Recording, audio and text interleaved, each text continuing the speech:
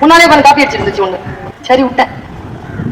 Examination வரும்பொழுது copy அடிச்சது ஞாபகம் வந்து எழுதும்ல, பேப்பர் வாங்கல.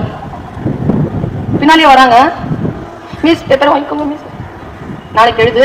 ஏன் மிஸ்? வை என்ன நீ காப்பி அப்படின்னா பாருங்க மிஸ், நான் நல்ல ஃபேமிலில இருந்து வரேன் மிஸ்.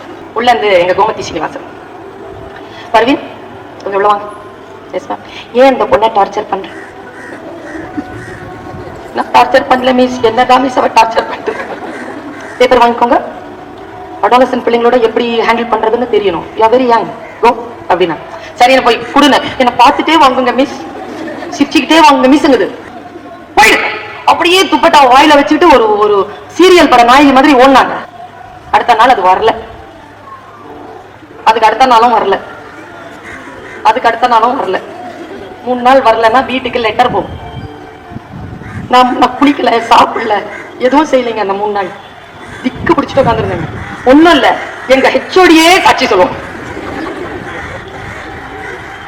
பாக்குற 4வது நாள் வந்து ஃப்ரண்ட்ல உட்கார்ந்து இருக்குது கிளாஸ்ல.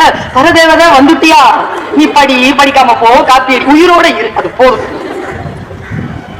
மேல ஒரு பொண்ணு கீழே குதிக்க ஓடிச்சுங்க. எல்லாரும் காப்பாத்துங்க காப்பாத்துங்கன்னு போறாங்க ஸ்கூல்ல. அவன் மேல இருந்து குதிக்கும் போது ஒரு ஸ்டேட்மெண்ட் கொடுத்தா பாருங்க. எங்க பிரின்சிபல் இவர மாதிரி நல்லவர், அவரு போய் கீழே இருந்து கேக்குறாரு, ஏன் குதிக்கிற அப்படின்னு.